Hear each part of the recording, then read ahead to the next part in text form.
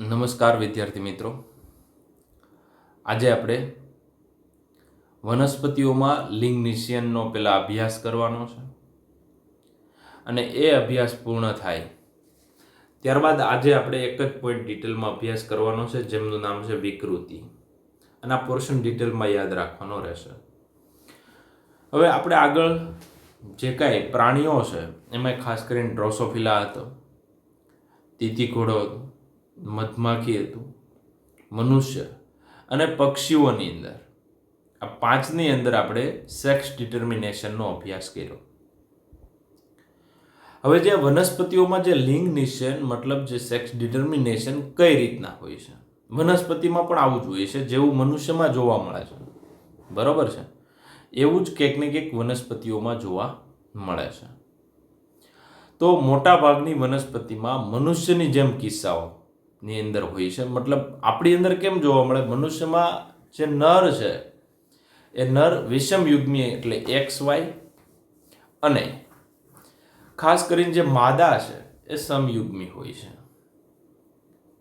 અથવા તો બીજા શબ્દોમાં વાત કરીએ તો મોટા ભાગે વનસ્પતિઓમાં મનુષ્યની જેમ કિસ્સામાં હોય છે. વાય રંગસૂત્ર દ્વારા લિંગ નિષયન થાય. જો વાય રંગસૂત્ર ગેરહાજર હોય તો માદા હોય, ને વાય રંગસૂત્ર હાજર હોય તો નર હોય. એટલે આપણામાં પણ એવું જ છે ને કે નર હોય એમની અંદર XY હોય. તો આવું તમે આવૃત બીજધારી વનસ્પતિ લ્યો. કઈ વનસ્પતિ લ્યો? આવૃત બીજધારી વનસ્પતિ. તો આવૃત બીજધારી જે વનસ્પતિ છે ને એમાં નર વિષમ યુગ્મી છે, મતલબ XY છે મોટાભાગની આવૃત બીજધારી વનસ્પતિ, અને માદા સમયુગ્મી છે એટલે XX છે. તો વનસ્પતિમાં નર વનસ્પતિ કઈ રીતના બનવી અને માદા વનસ્પતિ કઈ રીતના બનવી એના માટે પણ વાય રંગસૂત્ર છે એ જવાબદાર છે. વનસ્પતિમાં પણ આવું કંઈક જોવા મળે છે. પહેલી વાત, લીવરવર્ડ્સ. આપણે સ્ટેપ બાય સ્ટેપ જોતું જવાનું છે. તો લીવરવર્ડ્સ એમાં તમને ખબર છે પ્રજનન અંગો એકકીય અવસ્થા ધરાવતી જન્યુજનક અવસ્થાએ સ્થિત પામેલા હોય છે. તો લીવરવર્ડ્સનું આપણે ભણી ગયા એકકીય અવસ્થા અને જે અવસ્થા એકાંતર જનન આપણે અભ્યાસ કરતા હતા, જન્યુજનક અવસ્થા અને બીજાણુજનક અવસ્થા. ત્યારબાદ સ્ફિરોકાર્પ નામની વનસ્પતિ સાંભળજો. સ્ફિરોકાર્પ, આ સ્ફિરોકાર્પની અંદર 7 દૈહિક રંગસૂત્ર, ટોટલ રંગસૂત્રની સંખ્યા કેટલી? 8. 8 માંથી 7 દૈહિક રંગસૂત્ર અને એક વાય આવેલું હોય, એટલે 7A + Y હોય ને તો એ નર જન્યુજનકનું નિર્માણ કરે, અને 7A + X હોય તો માદા જન્યુજનક છે એમનું નિર્માણ કરે. એમના સિવાય બધી સામાન્ય બાબત છે. આવૃત બીજધારી વનસ્પતિમાં નર વિષમયુગ્મી એટલે XY અને માદા XX. એમના સિવાય ફ્લેજેરિયા નામની જે વનસ્પતિ છે એમની અંદર નર સમયુગ્મી, માદા વિષમયુગ્મી, અપવાદ છે. જો નર સમયુગ્મી XX કોણ છે? નર છે, અને XY કોણ છે? માદા છે, અપવાદ છે. તો પક્ષી જેવું કામ છે ફ્લેજેરિયામાં. કોના જેવું કામ છે? પક્ષી જેવું છે. આવૃત બીજધારીમાં કીટક, બરોબર, ડ્રોસોફિલા જેવું, અને મનુષ્ય જેવું કામ છે. ત્યારબાદ ડિસ્કોરિયા સિનુલેટા, અહીંયા તમે જોશો એટલે ખ્યાલ આવશે. ડિસ્કોરિયા સિનુલેટા, તો એમની અંદર તીતીઘોડા જેવું કામ કહી શકીએ. જો તીતીઘોડા જેવું. એ એટલે દૈહિક રંગસૂત્ર પ્લસ જો XO હોય, એક જ X હોય તો નર બને. તો આવું જ સેમ ટુ સેમ તીતીઘોડા જેવું. એટલે તમે વિચાર કરો, આવૃત બીજધારી છે, એમનું કાર્ય મનુષ્ય અને ડ્રોસોફિલામાં જોવા મળે એવું જ જોવા મળે. ફ્લેજેરિયા છે એમાં પક્ષીઓ જેવું. પક્ષીઓમાં તમે જો તો માદા છે એ ZW હતી પક્ષીઓમાં, એટલે XY કહી શકાય, અને નર છે એ XX મતલબ ZZ, બરોબર છે. તો ઊંધું હતું. તો આ ફ્લેજેરિયા છે એમની અંદર પક્ષીઓમાં જોવા મળે એવું જ જોવા મળે, અને ડિસ્કોરિયા સિનુલેટામાં તીતીઘોડા જેવું. AA + XO, જો એક જ X હોય તો નર, અને માદા XX એટલે ડિસ્કોરિયા સિનુલેટા થયું. ત્યારબાદ હ્યુમુલસ જાપાનિકસ, હાવ અલગ પ્રકારનું વનસ્પતિ. અને એમની અંદર જો XYY, XY નહીં, હું એ બંને પરિસ્થિતિ અલગ છે. તો XYY હોય તો નર હોય ને XX હોય તો માદા હોય. આવી અલગ અલગ વનસ્પતિઓમાં પણ આવી રીતના રંગસૂત્રો આધારિત સેક્સ ડિટર્મિનેશન થાય છે, લિંગ નિશ્ચયન થાય છે. એમના પછી વાત કરીએ વિકૃતિ. તો વિકૃતિ આધારિત મેં સિકલ સેલ એનિમિયા પોઈન્ટ મ્યુટેશનનું બેસ્ટ અને સર્વશ્રેષ્ઠ એક્ઝામ્પલ છે. એ ઓલરેડી મેં તમને પ્રકરણ નંબર 6 ની અંદર સમજાવી દીધેલું છે. એ તૈયાર કરવાનું રહેશે. વિકૃતિ એટલે આજે આપણે જેટલો ટાઈમ આપને મળે એટલો ટાઈમની અંદર આપણે વિકૃતિની ડિટેલમાં વાત કરવાની છે. તો વિકૃતિ કદાચ માની લો આપણામાં કે બધાના એક એક એક્ઝામ્પલ આપું.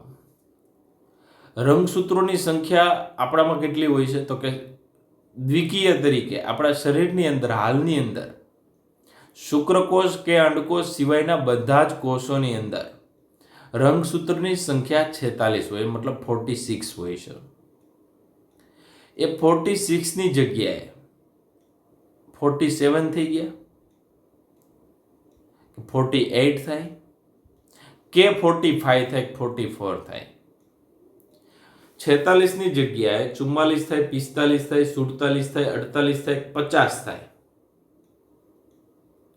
તો એમને પણ વિકૃતિ કહેવાય. રંગસૂત્રોનો આખો જૂથ વધી ગયું હોય, 1 થી લઈ અને 23 રંગસૂત્ર, મતલબ 1 થી લઈ અને 23 રંગસૂત્ર એકવાર આવેલા હોય, 2 વાર આવ્યા હોય, 2 વાર આવેલા એટલે તો જ 46 થાય, મતલબ સામાન્ય પરિસ્થિતિ થઈ. પરંતુ આ 1 થી 46 ના જે જૂથ છે, 1 થી 23 ના જૂથ છે, એ 4 વાર આવેલા હોય, 5 વાર આવેલા હોય, તો પણ એમને વિકૃતિ કહેવાય. બીજી વસ્તુ કે કોઈ પણ, મેં તમને આગળ સમજાવ્યું હતું, એક રોગ તમને યાદ છે, કેન્સર સમજાવ્યું હતું, માનવ રોગોની અંદર, માનવ રોગો અને સ્વાસ્થ્ય, એની અંદર લ્યુકેમિયામાં સમજાવ્યું હતું કે રંગસૂત્રનો થોડોક એવો ભાગ એક જગ્યાએથી બીજા રંગસૂત્ર ઉપર જતો હતો. ફિલાડેલ્ફિયા રંગસૂત્ર એવો શબ્દ વાપર્યો હતો. તો રંગસૂત્રની સંખ્યા વધે ઘટે એને પણ વિકૃતિ કહેવાય, પરંતુ એક રંગસૂત્રના બંધારણની અંદર થોડો ભાગ છે ને એ એક જગ્યાએથી બીજી જગ્યાએ જતો રહે ને તો પણ વિકૃતિ કહેવાય. અને આ જે રંગસૂત્ર છે ને એ રંગસૂત્રની અંદર ઘણા બધા જનીન ગોઠવાયેલા હોય છે. શું ગોઠવાયેલા હોય છે? જનીન ગોઠવાયેલા હોય છે.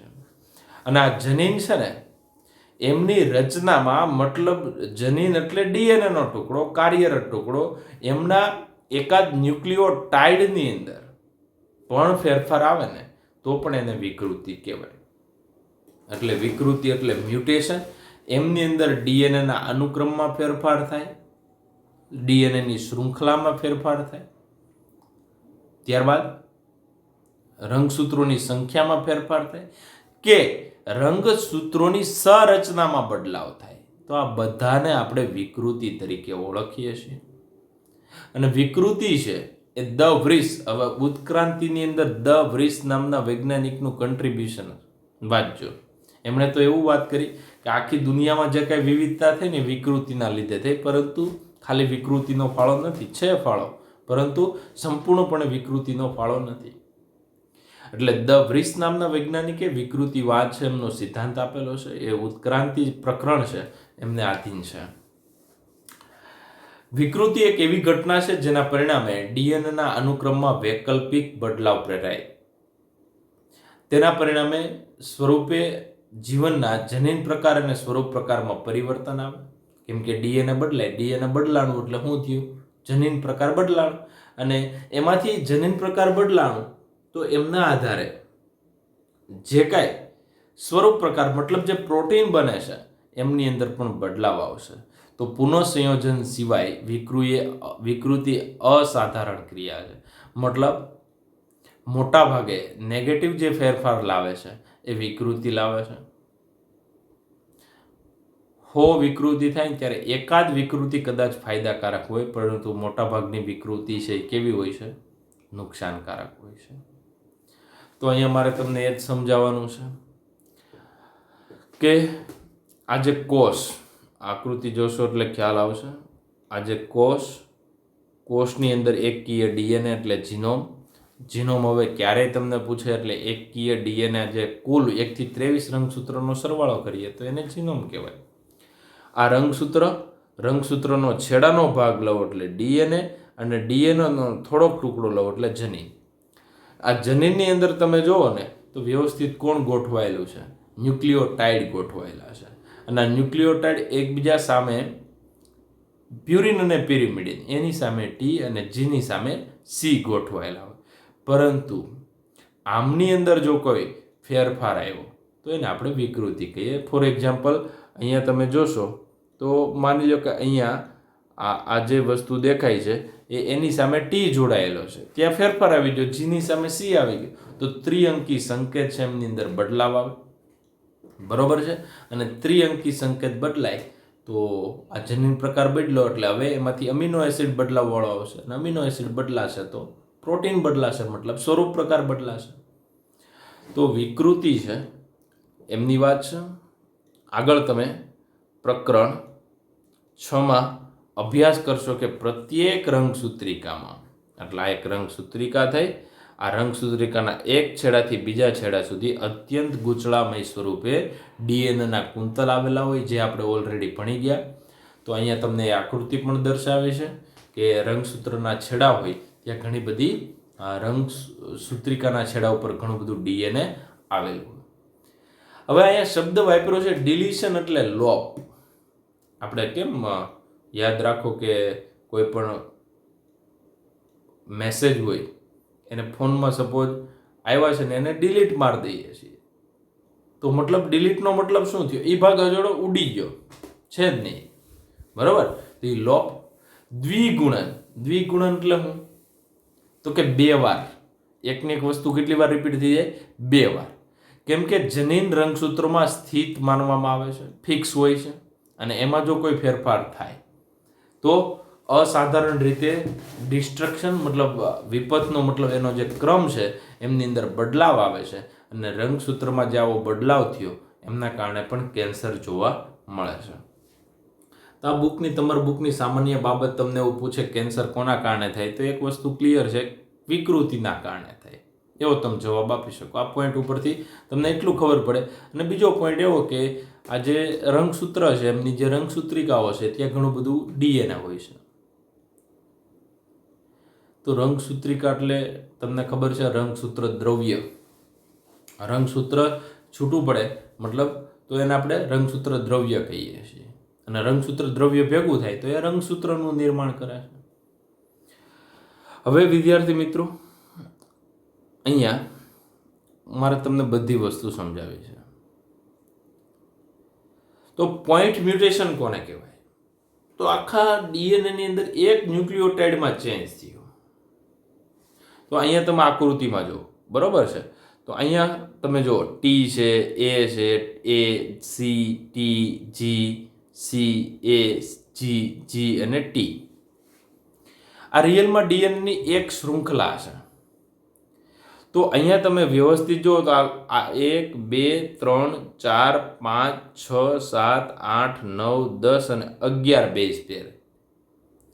એમની અંદરનો 5મા ક્રમે શું આવેલું છે? જો ટી છે, ટીની જગ્યાએ શું આવી ગયું? સી. તો આખી શૃંખલામાં એક જ જગ્યાએ જો આવો ફેરફાર થતો હોય ને તો આને પોઈન્ટ બિંદુ વિકૃતિ તરીકે ઓળખવામાં આવે.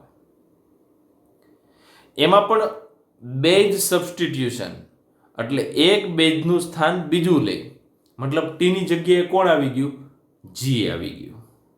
તો આને બિંદુ વિકૃતિ કહેવાય. અને આ પોઈન્ટ મ્યુટેશન એ અંગ્રેજી શબ્દ છે, બિંદુ વિકૃતિ ગુજરાતી શબ્દ છે. તો આવી જો વિદ્યાર્થી મિત્રો ડીએનએની શૃંખલા હોય, બરોબર છે, ડીએનએની શૃંખલા હોય અને એ ડીએનએની શૃંખલાની અંદર એક જ બેઝ પેરની અંદર કંઈક ફેરફાર આવે તો એને શું કહેવાય? બેઝ સબસ્ટિટ્યુશન અથવા તો પોઈન્ટ મ્યુટેશન, બિંદુ વિકૃતિ. હવે બિંદુ વિકૃતિની અંદર અહીંયા તમે જો બેઝ એડિશન.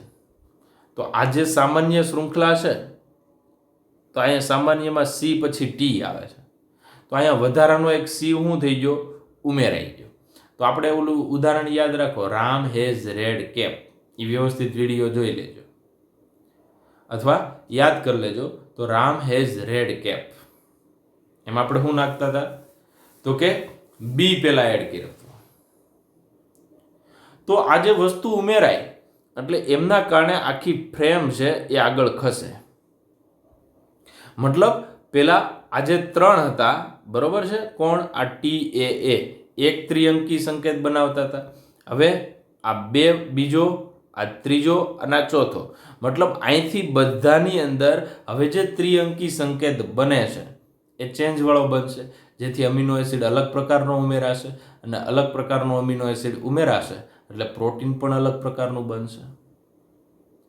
તો આવો જો આખી ડીએનએની શૃંખલામાં કોઈ પણ એક ન્યુક્લિયોટાઇડ ઉમેરાય તો પણ પાછળની આખી ફ્રેમ છે, મતલબ પાછળનું બંધારણ છે એ બદલાય છે. અને આવો એક ન્યુક્લિયોટાઇડ ડિલીટ થાય. ડિલીટ એટલે લોપ થાય. તો અહીંથી સપોઝ માની લો કે અહીંથી ટી નીકળી ગયો, સામાન્ય કરતાં અહીંયા એક શું નીકળી ગયું? ટી નીકળી ગયું. તો ટી નીકળી ગયો તો પાછળથી એક ન્યુક્લિયોટાઇડના ક્રમ પ્રમાણે ત્રિઅંકી સંકેત જોઈએ તો બધાની અંદર એકનો ચેન્જ આવશે. તો પણ અમીનો એસિડ માટે જે સંકેતન પૂરું પાડે છે એમની અંદર બદલાવ આવ્યો. કેમ કે આના માટે તમારે પ્રકરણ નંબર 6 છે એ થોડું ઘણો અભ્યાસ કરવો પડે આ વસ્તુ. તો કહેવાનો મતલબ શું કે આનાથી વિશેષ ડીએનએની એક બેઝ જોડમાં થતું પરિવર્તન, ડીએનએની એક બેઝ જોડમાં 3 વસ્તુ થઈ શકે. બેઝનું સબસ્ટિટ્યુશન એટલે એક બેઝ નાઇટ્રોજન બેઝ છે એમના સ્થાને બીજો આવે અને બેઝ સબસ્ટિટ્યુશન કહેવાય. એક ઉડી જાય તો ડિલીશન કહેવાય, એક ઉમેરાઈ જાય તો એને એડિશન કહેવાય. તો આ બધા જ પોઈન્ટ મ્યુટેશનના પ્રકાર છે. તો એક બેઝ જોડમાં થતું પરિવર્તન પણ વિકૃતિ પ્રેરે છે, તેને પોઈન્ટ મ્યુટેશન કહેવાય.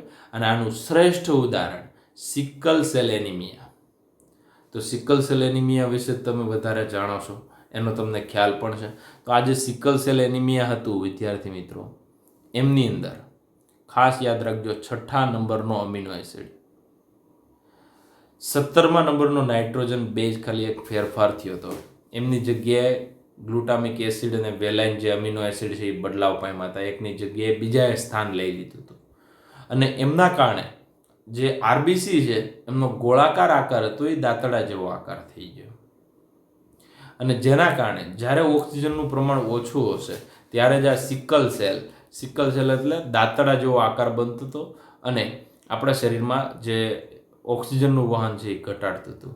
તો આ જે રોગ હતો એ વિકૃતિના કારણે થાય છે અને બિંદુ વિકૃતિ એટલે કે પોઈન્ટ મ્યુટેશનના કારણે થાય છે, જેને આપણે સિકલ સેલ એનિમિયા કહીએ છીએ. હવે ડીએનએની વધારે બેઝ જોડીઓ લોપ કે દ્વિગુણન ફ્રેમ શિફ્ટમાં, એટલે ફ્રેમ આખી મેં તમને સમજાવ્યું કઈ રીતના પાછળનો ભાગ આખો ચેન્જ થતો હોય, આગળ કોઈ વસ્તુ ઉમેરાણી અથવા ડિલીટ થઈ, તો એમને આપણે ફ્રેમ શિફ્ટ મ્યુટેશન તરીકે ઓળખીએ છીએ. વિદ્યાર્થી મિત્રો, પ્રભાવિત આસ્તરે વિકૃતિની ક્રિયાવિધિ ચર્ચા વિષય વસ્તુની બહાર છે. કેમ કે અત્યારે તમારા બુકની અંદર એટલા એવા ભાગની અંદર વિકૃતિ આપી છે અને મેં તમને 45 મિનિટ વિકૃતિ માટે આપી છે. અને 45 મિનિટ તમને સમજાવું તો પણ વિકૃતિ માટે ઓછું પડે. કેમ કે વિકૃતિ એક એવો મોટો પોઈન્ટ છે. તો આમની જે ક્રિયાવિધિ છે એ અત્યારે વિષય વસ્તુની બહાર છે. જો એમનો અભ્યાસ કરીએ તો એક ચેપ્ટર વધારે ઉમેરવું પડે, 17 ચેપ્ટર થશે. વિકૃતિ અનેક રાસાયણિક અને ભૌતિક કારકો વડે થાય છે, તો જેને આપણે મ્યુટાજન કહીએ છીએ. તો મ્યુટેશન એટલે વિકૃતિ, મ્યુટેશન કરનારા, વિકૃતિ પ્રેરનારા મ્યુટાજન, વિકૃતિ થવાની ક્રિયા મ્યુટાજિનેસિસ. અને જે જનીનમાં વિકૃતિ થાય એમને મ્યુટન્ટ જીન તરીકે ઓળખવામાં આવે છે. તો મ્યુટાજન્સ જે વિકૃતિ પ્રેરે છે, ફોર એક્ઝામ્પલ ફાઇબ્રોમોયુરેસિલ એક રાસાયણિક ઘટક છે, અથવા તો તમને ખબર છે કે HIV નો વાયરસ પણ ઓન્કોજીન હતું, એ મતલબ ક્યાંક ને ક્યાંક વિકૃતિ પ્રેરતું હતું. તો આવા જે વિકૃતિ પ્રેરે છે ને મ્યુટાજન કહેવાય. શું કહેવાય? મ્યુટાજન. મ્યુટાજન એટલે વિકૃતિ પેદા કરનારા અથવા વિકૃતિ પ્રેરકો. એલર્જી કરે એ એલર્જન્સ, એવી રીતે વિકૃતિ કરે છે એ મ્યુટેશન કરે છે એ મ્યુટાજન. અને જે જનીનમાં વિકૃતિ થાય એ જનીનને આપણે મ્યુટન્ટ જીન તરીકે ઓળખીએ છીએ. કોના તરીકે ઓળખીએ છીએ? મ્યુટન્ટ જીન તરીકે. એટલે 4 શબ્દો મેં આપ્યા. મ્યુટેશન એટલે વિકૃતિ, મ્યુટાજન એટલે વિકૃતિ પ્રેરનારાઓ, રાસાયણિક હોય, અલ્ટ્રાવાયોલેટ કિરણો હોય તો અલ્ટ્રાવાયોલેટ કિરણો એ ભૌતિક ઘટકોની અંદર આવશે. રાસાયણિક ઘટકોની અંદર ખાસ કરીને સિગરેટનો ધુમાડો, એમાં પોલી એરોમેટિક હાઇડ્રોકાર્બનનો સમાવેશ થાય છે. એમના સિવાય એક્સરેનો પણ સમાવેશ થાય, ગામારેનો પણ સમાવેશ થાય. અને ગામારે થકી પ્રકરણ નંબર 9ની અંદર આપણે વિકૃતિ દ્વારા, યાદ છે, આપણે ખાસ એક વનસ્પતિ બનાવી હતી, પરભાની ક્રાંતિ છે ને, એની ઉપરનો પોઈન્ટ છે, યાદ રાખજો. યાદ અપાવું છું તમને. તો એ ખાસ મને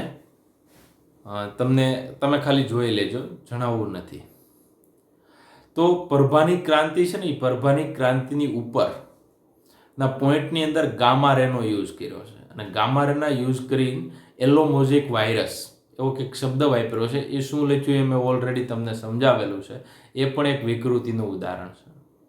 અને વિકૃતિ દ્વારા આપણે એવી જાત બનાવી છે. તો વિદ્યાર્થી મિત્રો, વિકૃતિ છે એ રાસાયણિક ઘટકો હોય, ભૌતિક ઘટકો હોય કે જૈવિક ઘટકો, જેના દ્વારા થાય, જે વિકૃતિ પ્રેરે છે, એને આપણે મ્યુટાજન તરીકે ઓળખીએ છીએ. તો મ્યુટાજન એટલે વિકૃતિ પ્રેરનારાઓ, મ્યુટેશન એટલે વિકૃતિ, વિકૃતિની ક્રિયા એટલે મ્યુટાજેનેસિસ. અને જે જનીનની અંદર, for example sickle cell anaemia છે, એમની અંદર વિકૃતિ કોની અંદર, કયા જનીનમાં થાય છે? તો કે જે બી ચેન હતી, બરોબર છે, એમની અંદર થતી હતી. એટલા માટે જે બી ચેન માટેનું જનીન છે ને, એ જનીનને હવે આપણે મ્યુટન્ટ જીન તરીકે ઓળખીએ. તો મ્યુટન્ટ જીન એટલે જે જનીનમાં વિકૃતિ થાય ને, એને આપણે મ્યુટન્ટ જીન તરીકે ઓળખીએ છીએ. ત્યારબાદ હવે આપણે ડિટેલમાં જોવાનું છે. આખો ચાર્ટ એક પછી એક ડિટેલમાં જોવાનું છે અને સમજાઈ પણ જશે. આ નીટનો પોર્શન છે, તમારી બુક સાથે આ પોર્શનને કાંઈ લેવા દેવા નથી, પણ શબ્દ ક્યાંક ને ક્યાંક બાયોલોજીમાં આવશે. તો વિકૃતિના પ્રકાર, એ પેલું વ્યવસ્થિત જોશો તો ખ્યાલ આવશે. રંગસૂત્રોની સંખ્યાકીય વિકૃતિ. રંગસૂત્રોની સંખ્યામાં વધારો ઘટાડો પણ આખા જૂથમાં થાય. માની લો કે આપણા શરીરમાં 1 થી લઈ અને 23નું એક જૂથ છે. તો આવું બીજું જૂથ વધી ગયું, ત્રીજું વધી ગયું, ચોથું વધી ગયું. તો માની લો કે આપણે સામાન્ય રીતે કેવા છીએ, 2n છીએ, તો આપણે 3n થયા. તો આખું જૂથ વધી ગયું ને, તો એને શું કહેવાય?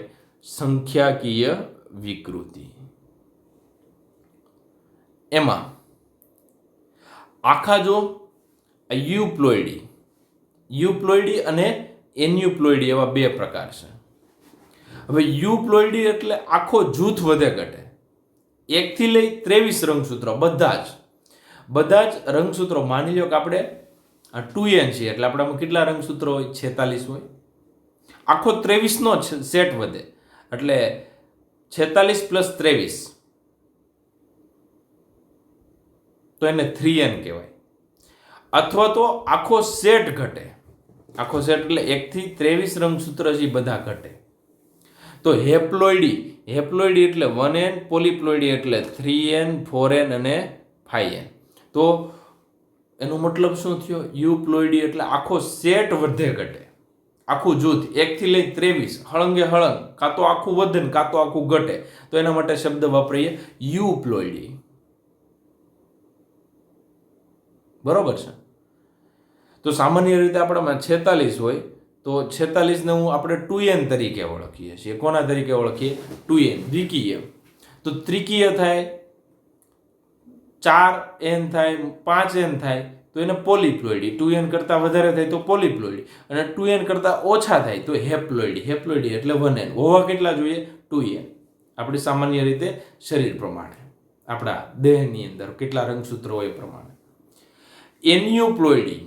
તો હવે આપણે ફોકસ કોના ઉપર કર્યું? એન્યુપ્લોઇડી. એન્યુપ્લોઇડીના પાછા પ્રકાર છે. કેટલા પ્રકાર છે એન્યુપ્લોઇડીના? તો કે એન્યુપ્લોઇડીના 2 પ્રકાર, હાઇપો એન્યુપ્લોઇડી અને હાઇપર એન્યુપ્લોઇડી. હાઇપો એટલે ઘટાડો. આપણામાં કુલ રંગસૂત્રોની સંખ્યા કેટલી? તો કે માની લો 46. બરોબર છે. 46 બરાબર શું કહેવાય? તો કે 2n કહેવાય. આ એક યાદ રાખવાનું. 46 બરાબર 2n. હવે એમની અંદર મોનોસોમી. મોનોસોમી એટલે શું? તો કે 1-2 રંગસૂત્રનો વધઘટ થાય. બરોબર છે. એટલે બધા રંગસૂત્રો જોડમાં હશે. 23 જોડ છે. એ જોડમાંથી માની લો 23 નંબરની જોડ છે, એમાંથી એક વહી ગયું, એક જ રહ્યું. કુલ રંગસૂત્ર 46 માઇનસ 1 એટલે કેટલા થયા? 45. તો 45 રંગસૂત્ર વાળી પરિસ્થિતિ છે ને એને મોનોસોમી કહેવાય. જો 1-2 રંગસૂત્રનો ફેરફાર થાય તો એન્યુપ્લોઇડ, પણ આખા રંગસૂત્રના જૂથનો ફેરફાર થાય ને તો યુપ્લોઇડી. બરોબર છે. તો 2n બરાબર કેટલા રંગસૂત્ર હોય આપણામાં? 46. એમાંથી કદાચ કોષ વિભાજન થાય છે ને એકાદ રંગસૂત્ર નથી આવતું. કેટલા આવે છે? 45. બરોબર છે. અથવા તો 22 નંબરના રંગસૂત્ર 22 એકવાર, 22 બે વાર હશે, એકવાર આવતું જ નથી, 22 એક જ વાર આવે, તો એવી પરિસ્થિતિને શું કહેવાય? મોનોસોમી. એટલે 2n એટલે 46, 46 માઇનસ 1 એટલે 45. તો મોનોસોમીની કોઈ પણ પરિસ્થિતિ હોય ને એટલે રંગસૂત્રની સંખ્યા કેટલી હોય? 45 હોય. ત્યારબાદ નલીસોમી. નલી એટલે શું? તો કે એ રંગસૂત્રનું જૂથ હોય ગયું. માની લો કે 23 જોડ રંગસૂત્ર હતા, એમાં 22મી જોડમાંથી એક ગયું એટલે આપણે શું કીધું? મોનોસોમી. પરંતુ 22મી જોડમાંથી 2 વહી ગયા. 22 એકવાર હતું એ વહી ગયું, 22 બીજી વાર હતું એ વહી ગયું, 2 વહી ગયા. કેટલા વધશે? તો કે 2n માઇનસ 2, આખી જોડ વહી ગઈ. તો 2n માઇનસ 2 એટલે કેટલા? 46. 46માંથી 2 કાઢો એટલે 44. જો 44 રંગસૂત્રો હોય તો એને આપણે શું કહેવાય? નલીસોમી. ટૂંકમાં 46 હોવા જોઈએ એના કરતાં ઓછા થાય છે એટલે શબ્દ વાપરો હાઇપો એન્યુપ્લોઇડી. બરોબર છે. જો આખો જૂથ, n એટલે જૂથ, અહીંયા 2n માઇનસ 1n, આખો n શબ્દ લાગુ પડે, તો અહીંયા n નો શબ્દ અલગ વસ્તુ દર્શાવે અને એક વસ્તુ પણ અલગ વસ્તુ દર્શાવે છે. તો આખું જૂથ દર્શાવે ને, આખું જૂથ વહી જાય તો એ યુપ્લોઇડી. પણ એકાદ રંગસૂત્રની જોડમાં ફેરફાર થયો હોય ને તો એના માટે એન્યુપ્લોઇડી શબ્દ વપરાય. હવે અહીંયા આપણે હાઇપર એટલે 46 કરતાં કેવા થતા હશે? વધી જતા હશે. તો 46 એટલે બ્રેકેટમાં 2n પ્લસ 1 એટલે ટોટલ રંગસૂત્રની અહીંયા ટ્રાઇઝોમીની અંદર કેટલી સંખ્યા થાય? 47 થાય. માની લો કે 7મા નંબરનું રંગસૂત્ર છે આપણામાં કેટલી વાર? સામાન્ય રીતે જોઈએ તો 1 થી લઈ 23 જોડ હોય, તો 7મા નંબરનું રંગસૂત્ર 2 વાર હોય. 7 એક વાર અને 7 બે વાર. પાછું એક વધારાનું 7 ઉમેરાણું. કેટલા થયા? 7 એક વાર, 7 બે વાર અને 7 3 વાર. તો એને શું કહેવાય? ટ્રાઇઝોમી. એકનું એક રંગસૂત્ર 3 વાર થયું. કુલ રંગસૂત્રની સંખ્યા કેટલી થઈ? તો કે 23 જોડ હતી, એમાં કોઈ એક રંગસૂત્ર એકવાર વધારે તો એને ટ્રાઇઝોમી કહેવાય. શું કહેવાય? ટ્રાઇસોમી. 46 કરતાં વધારે હોય તો હાઇપર એન્યુપ્લોઇડી, 46 કરતાં ઓછા હોય તો એન્યુપ્લોઇડી. ટેટ્રાઝોમી. ટેટ્રાઝોમી એટલે એકનું એક રંગસૂત્ર 2 વાર હોવું જોઈએ એની જગ્યાએ 2 વાર વધી ગયું. ટોટલ કેટલી વાર થઈ ગયું? 4 વાર. એટલે 46 + 2 એટલે 48 રંગસૂત્રોવાળી પરિસ્થિતિ. માની લો કે 7 નંબરનું રંગસૂત્ર છે એ 2 વાર હોવું જોઈએ, પરંતુ એક જ કોષ કેન્દ્રમાં કેટલી વાર છે? 4 વાર. 7 1 વાર, 7 2 વાર, 7 3 વાર અને 7 4 વાર. કેટલી વાર છે ટોટલ? 4 વાર છે. 4 વાર છે એટલે નામ આપ્યું ટેટ્રાસોમી. કુલ રંગસૂત્રોની સંખ્યા કેટલી? 48. 2n એટલે 46, 46 + 2 એટલે 48. તો આ પરિસ્થિતિ યાદ રાખજો. મોનોસોમી એટલે 45, નલીસોમી એટલે 44, ટેટ્રાસોમી એટલે 48. તો આવી રીતના બધાનો ક્રમ યાદ રાખો. તો 44 એટલે નલીસોમી, મોનોસોમી એટલે 45, ટ્રાઇઝોમી એટલે 47, નોર્મલ એટલે 46 અને ટેટ્રાસોમી એટલે 48. હવે રંગસૂત્રોની સંરચના તમે અત્યારે ખાલી યાદ રાખવાનું. લોપ કોને કહેવાય? દ્વિકૃતિ. લોપ એટલે ડિલીટ. દ્વિકૃતિ એટલે એકને એક વસ્તુ 2 વાર થઈ. ઉત્ક્રમણ એટલે ઊંધું ગોઠવણું. સ્થાનાંતર એટલે એક રંગસૂત્રમાંથી એક ભાગ છૂટો પડીને બીજા ઉપર વહી ગયો. રંગસૂત્રોની રચનાત્મક વિકૃતિ એટલે રંગસૂત્રોની રચના હોય ને એમની અંદર વિકૃતિ થાય. લોપની અંદર 2, આંતરવિષ્ટ અને અંત્યેષ્ટ. દ્વિકૃતિ એટલે ખાલી આપણે દ્વિકૃતિ જ યાદ રાખશું. ત્યારે દ્વિકૃતિ એટલે 2 વાર કોપી થાય છે. ત્યારબાદ જનીનિક વિકૃતિ એટલે સિકલ સેલ એનિમિયાની અંદર જે જનીનના બંધારણમાં ન્યુક્લિયોટાઇડ અલગ અલગ ગોઠવાય જનીનિક વિકૃતિ. હવે આપણે કોને ડિટેલમાં ભણવા છે? તો કે આ યુપ્લોઇડિન એન્યુપ્લોઇડિનની પાછું એકવાર કહું છું. હજી ન ખબર પડી હોય તો ચાર્ટ દ્વારા સમજાવું છું. જો રંગસૂત્રોની વિકૃતિ બરાબર રંગસૂત્રની સંખ્યામાં વધારો કે ઘટાડો. હવે જો યુપ્લોઇડી એટલે સંપૂર્ણ જૂથમાં વધારો થાય, તો કે ઘટાડો થાય તો એને યુપ્લોઇડી કહેવાય. શું કહેવાય? યુપ્લોઇડી. હવે એમાં પણ વ્યવસ્થિત તમે જોશો તો યુપ્લોઇડીની વાત કરીએ તો સામાન્ય રીતે n એટલે કેટલા રંગસૂત્ર? 23. 2n એટલે કેટલા? 46. તો 3n એટલે કેટલા થયા? 69, 92, 115, 5n. તો સામાન્ય રીતે આ 2n પરિસ્થિતિ આપણી છે તો એને ડાયપ્લોઇડી કહેવાય. 2n પરિસ્થિતિ એટલે કેવી થઈ? ડાયપ્લોઇડી. તો આપણે 46 રંગસૂત્ર આપણા મનુષ્યમાં વાત કરીએ તો એ સામાન્ય પરિસ્થિતિ, પણ આખો સેટ ઉડી ગયો 1 થી લઈને 23નો, તો આખો ઉડી ગયો તો મોનોપ્લોઇડી થઈ ગયું. અને આખો સેટ વધી ગયો તો એને શું કહેવાય? પોલીપ્લોઇડ. જો એક સેટ વધે ડાયપ્લોઇડીમાં, એક સેટ વધે તો 3n, 2 સેટ વધે તો 4n અને 3 સેટ વધે તો 5n. જો 3 સેટ એટલે 23, 23, 23 સરવાળો મારું તો 69. 4 સેટ એટલે 23 + 23 + 23 + 23 એટલે કેટલા થયા? 92. 5 સેટ એટલે 23 + 23 + 23 + 23 + 23 બરાબર 115 રંગસૂત્ર થાય. તો જો આખું જૂથ વધતું હોય ને તો એને યુપ્લોઇડી કહેવાય. હવે એકાદ 2 રંગસૂત્રમાં વધારો ઘટાડો હોય ને તો એને શું કહેવાય? એન્યુપ્લોઇડી કહેવાય. એકાદ 2 રંગસૂત્રમાં જો વધારો ઘટાડો થતો હોય તો એને શું કહેવાય? Aneuploidy. For example hypo. Hypo એટલે હોવા કેટલા જોઈએ? સામાન્ય રીતે રંગસૂત્ર 46 હોવા જોઈએ. 46ની અંદર એકાદ ઘટે, એકાદ 2 વધે, એકાદ 2 રંગસૂત્રનો ફેરફાર હોય તો એને એન્યુપ્લોઇડી કહેવાય. જો 46થી ઘટતા હોય તો હાઇપો અને એમનાથી વધતા હોય 46થી વધારે હોય તો એને ખાસ યાદ રાખજો હાઇપર. હાઇપર એટલે વધારે, હાઇપો એટલે ઓછું. તો રંગસૂત્રની સંખ્યામાં ઘટાડો હોય તો હાઇપો અને વધારો હોય તો હાઇપર. ફોર એક્ઝામ્પલ સમજીએ એટલે વધારે ખ્યાલ આવશે. કે માની લો આપણે પહેલું જોઈએ મોનોસોમી.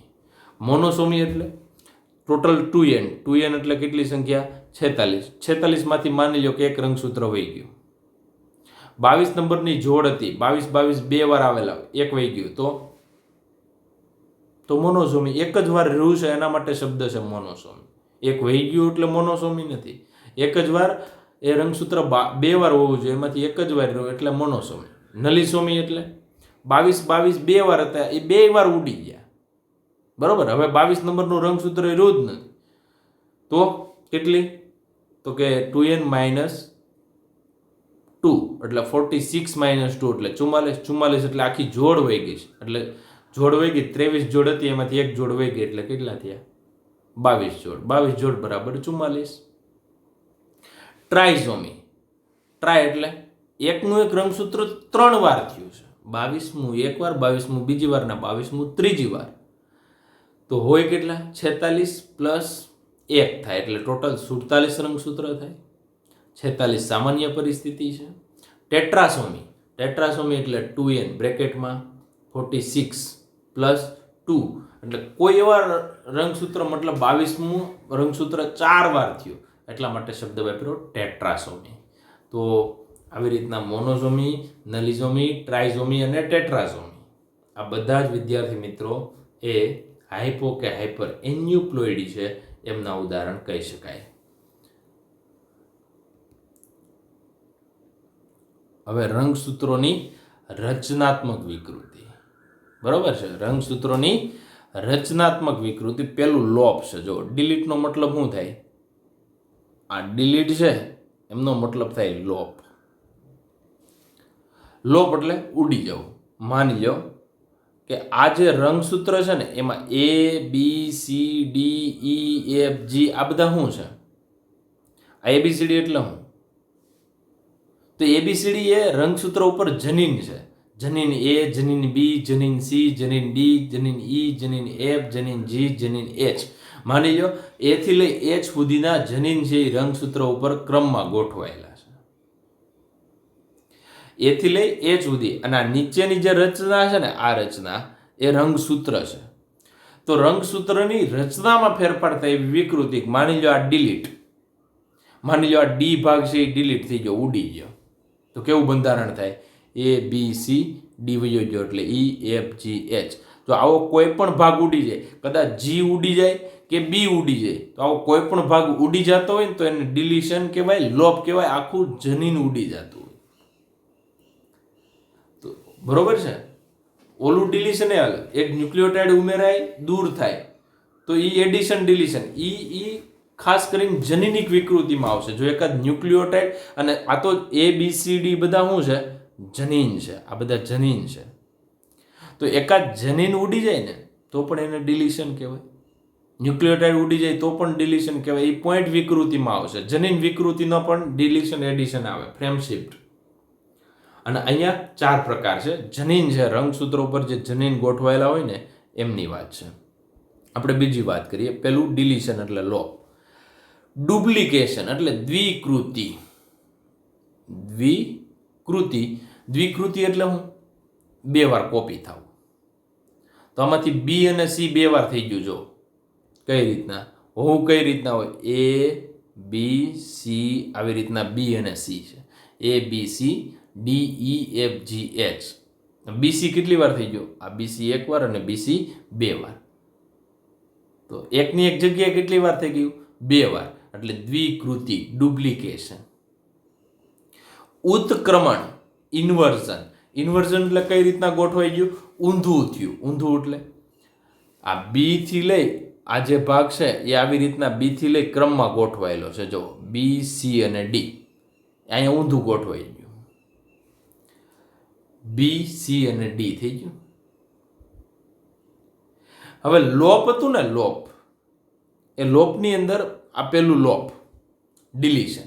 એમાં પાછા 2 આંતરવિષ્ટ અને અંત્યેષ્ટ.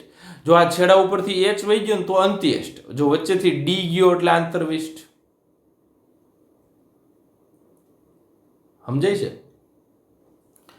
તો દ્વિકૃતિ, તો દ્વિકૃતિ એ ઉલટી પણ હોઈ શકે, બીજી જગ્યાએ હોઈ શકે, જે જગ્યાએ ગોઠવાય એની બાજુમાં પણ હોઈ શકે.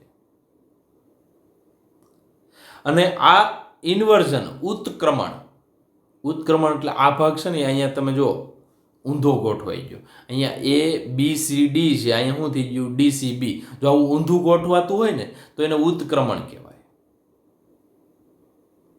અને રેસિપ્રોકલ ટ્રાન્સલોકેશન એટલે આનું ગુજરાતી થાય સ્થળાંતર. આ રંગસૂત્ર માની લો 1 નંબરનું રંગસૂત્ર, આ 2 નંબરનું રંગસૂત્ર, તો એ ઉપર શું ગોઠવાયેલું છે? ABCDEFGH.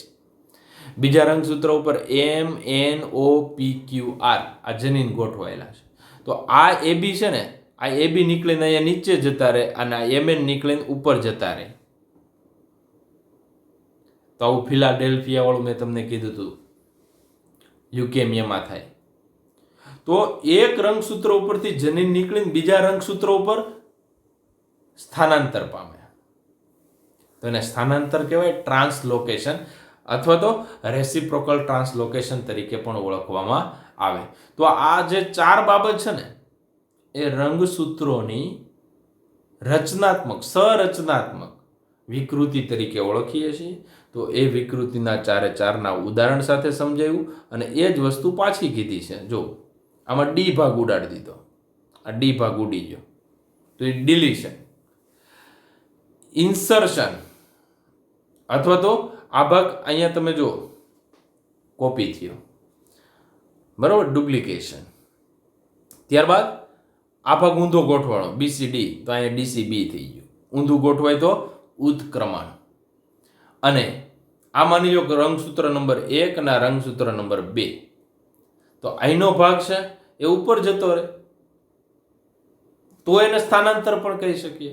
અને જો ઉપરનો ભાગ નીચે આવે, નીચેનો ભાગ ઉપર જાય, મતલબ એક રંગસૂત્ર ઉપરથી બીજા રંગસૂત્ર ઉપર સ્થાનાંતર થાય અને બીજાનું પેલા ઉપર થાય, બેયનું જો સામું સ્થળાંતર થાય ને તો જ રેસિપ્રોકલ ટ્રાન્સલોકેશન કહેવાય. અધરવાઇઝ એક રંગસૂત્ર ઉપરથી બીજા રંગસૂત્ર ઉપર વહી ગયું પણ સામેથી બીજા ઉપર ન આવે તો, જો અહીંયા કેવું થયું, આ પરિસ્થિતિમાં આ W અને X ઉપર જતું રહેશે, જો અહીંયા આવી ગયું, પરંતુ ઉપરથી કોઈ નીચે ભાગ નથી આવતો તો સ્થળાંતર કહેવાય. પરંતુ આનો AB ભાગ અહીંથી ઉપરથી નીચે આવે ને આનો WX ઉપર જાય તો રેસિપ્રોકલ, વિરુદ્ધ સ્થાનાંતર તરીકે ઓળખીએ છીએ. તો આ વિદ્યાર્થી છે ને, વિદ્યાર્થી મિત્રો, આ જે બાબત છે ને એ સંરચનાત્મક વિકૃતિ થઈ. હવે આપણે વાત કરીએ કોની, પાછો આપણે ઓલો પોઈન્ટ લીધો હતો કે માની લ્યો કે આ સામાન્ય રચના છે, આ DNA છે, આ DNA માંથી ટેમ્પલેટ યાદ હોય તો એમાંથી mRNA બને અને એમાંથી અમીનો એસિડ બને. આ સામાન્ય ક્રિયા છે. પરંતુ આ 3 ભેગા થયા, આ 3 અને આ 3 એક સંકેત બનાવે, એટલે આ 3નો જૂથ લીધું છે. તો આ DNA છે, DNA માંથી mRNA બને અને mRNA માંથી અમીનો એસિડ બને. તો DNA માંથી DNA સ્વયંજનન, DNA માંથી RNA બને એ પ્રત્યાંકન અને RNA માંથી પ્રોટીન બને, એને આપણે ભાષાંતર તરીકે ઓળખીએ છીએ. તો વિદ્યાર્થી મિત્રો, અહીંયા તમે જુઓ કે એક બેઝ બદલે છે, આ સબસ્ટિટ્યુશન છે. સબસ્ટિટ્યુશનની અંદર અહીંયા G દેખાય છે અને Gની જગ્યાએ અહીંયા શું આવી ગયો, A આવી ગયો. તો GAA આ 3 સંકેત છે ને એ ગ્લુટામિક એસિડનું સંકેતન કરે. જો આ GAA કોનું સંકેત કરે, ગ્લુટામિક એસિડ. હવે AA આવી ગયું, કોનું સંકેત કરે, લાઇસિન. તો અમીનો એસિડની શૃંખલા બદલશે, મતલબ પ્રોટીન બદલશે, એટલે એને આપણે સ્વરૂપ પ્રકાર બદલો કહેવાય. તો એકની જગ્યાએ એક નાઇટ્રોજન બેઝ, તો આ જનીનની વિકૃતિ કહેવાય. કોની વિકૃતિ કહેવાય, જનીનની વિકૃતિ. એમના પછી ઇન્સર્શન, એક વસ્તુ ઉમેરાય, તો માની લો ક્યાં કઈ વસ્તુ ઉમેરાણી, તો સામાન્ય અહીંયા શું, C, તો અહીંયા એક વધારાનો C ઉમેરાણો. આની કમ્પેરિઝનમાં જો એક C વધારે, તો અહીંયા CCT આગળની ફ્રેમ શિફ્ટ થઈ ગઈ, એટલે અહીંથી બધા અમીનો એસિડ બદલશે, એ અલગ પ્રકારના બદલશે, એટલે આ CCT ગ્લાયસિન બનાવશે. આ TCT જે DNA ઉપર છે એ AGA બનાવશે, જે આર્જિનિન બનાવશે. આમ પાછળની આખી શૃંખલા છે એમની અંદર બદલાવ આવશે, તો એને ફ્રેમ શિફ્ટ મ્યુટેશન કહેવાય. એમના સિવાય આ ડિલીશન થઈ ગયું, એક ઉડી ગયું, તો જો અહીંથી આ 3 હતા એમાંથી એક ઉડી ગયો, તો આ પાછળની આખી લાઇન ચેન્જ થઈ જાય, તો એને ફ્રેમ શિફ્ટ કહેવાય. તો ડિલીશન, આવા એક ન્યુક્લિયોટાઇડમાં ફેરફાર થાય ને વિદ્યાર્થી મિત્રો, તો એ જનીન વિકૃતિમાં આવે અને એને પોઈન્ટ મ્યુટેશન કહેવાય.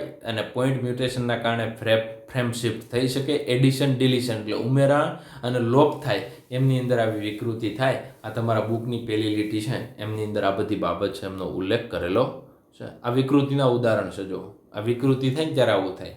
આ કાચબો 2 મોઢા છે, બરોબર છે, 2 રીતના, તો આ વિકૃતિના કારણે આવું થઈ શકે. ત્યારબાદ આ પુષ્પ સામાન્ય પુષ્પ જોઈ શકો ને વિકૃતિવાળું પુષ્પ જોઈ શકો. પોલિપ્લોઇડી વનસ્પતિમાં વધારે જોવા મળતી હોય છે, બરોબર, જેમના કારણે ઉત્પાદકતા વધતી હોય છે પોલિપ્લોઇડીના કારણે. ત્યારબાદ આ મકાઈની અંદર તમને અલગ અલગ ડોડા છે, એમની અંદર આવો કલર ચેન્જ થઈ જાય, એક પ્રકારની વિકૃતિ છે, બરોબર છે. આ બધા વિકૃતિના ઉદાહરણ છે. આ પણ વિકૃતિ છે. અને ઘણીવાર આપણે મ્યુટેશન એન્ડ મ્યુટેશન બ્રીડિંગ, આપણે જે વિકૃતિ સંકરણ આપણે જોયું હતું, પ્રજનન જોયું હતું, બરોબર છે. તો એમના કારણે 100માંથી એકાદ વિકૃતિ એવી હોય જે ફાયદાકારક હોય. મોટાભાગની વિકૃતિ છે કેવી હોય છે? નુકસાનકારક હોય છે. તો વિદ્યાર્થી મિત્રો, આજે આપણે અહીંયા વિકૃતિ છે એ પૂર્ણ કરીએ છીએ અને આવતીકાલે આપણે વંશાવલી મતલબ પેડિગ્રી એનાલિસિસ છે એમનો આપણે અભ્યાસ કરશું. Thank you.